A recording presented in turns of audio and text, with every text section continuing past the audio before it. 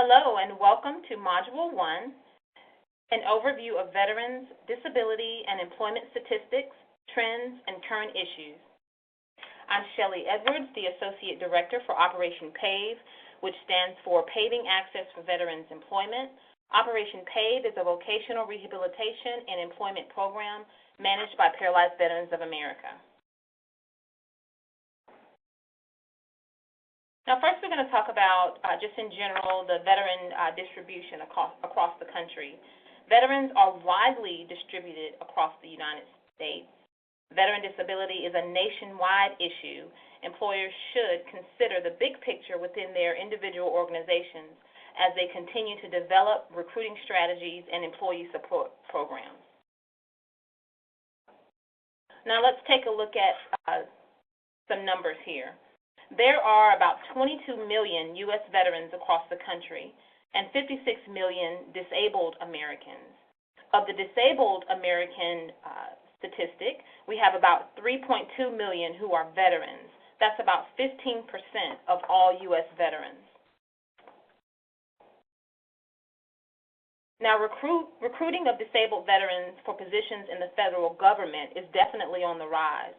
As you can see, the most recent data reveals that the majority of hires were in administrative positions, with technical and blue-collar positions ranking second and third.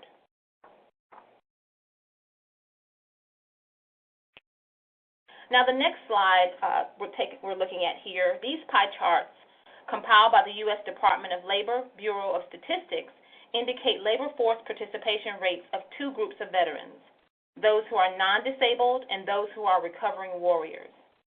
The larger circles here depict the composition of veterans participating and not participating in the labor force. The smaller circles represent the number of veterans who are in the labor force, whether they are employed or are actively looking for work. Notice in the lower right corner how unemployment for disabled veterans appears to be 8.6%.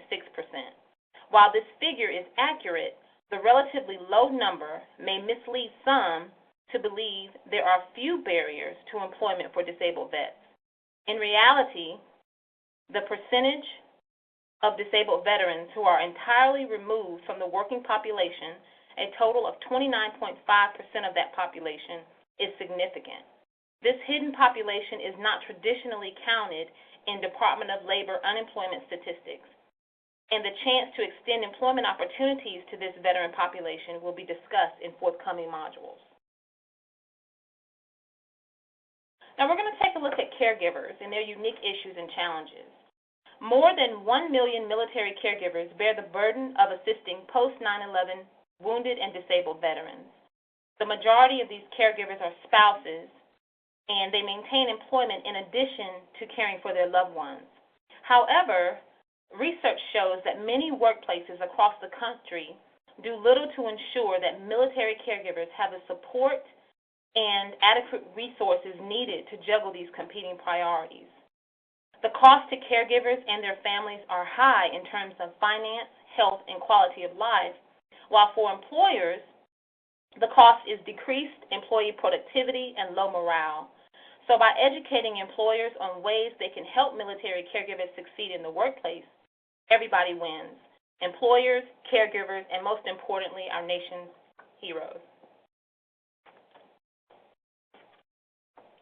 Now, disabled veteran job seekers continue to face many barriers in the form of discomfort and common misconceptions by employers and often coworkers.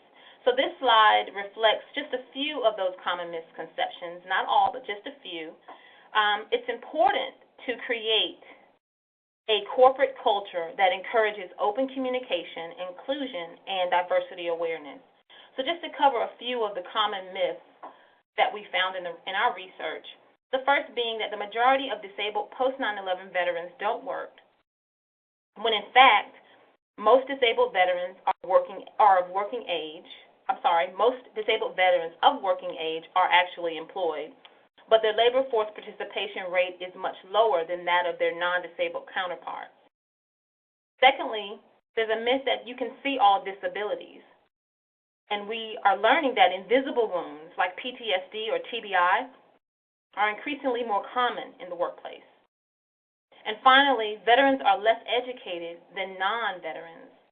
On average, in fact, veterans are more educated than the civilian workforce and also bring unique training, experience, and skills from their military careers.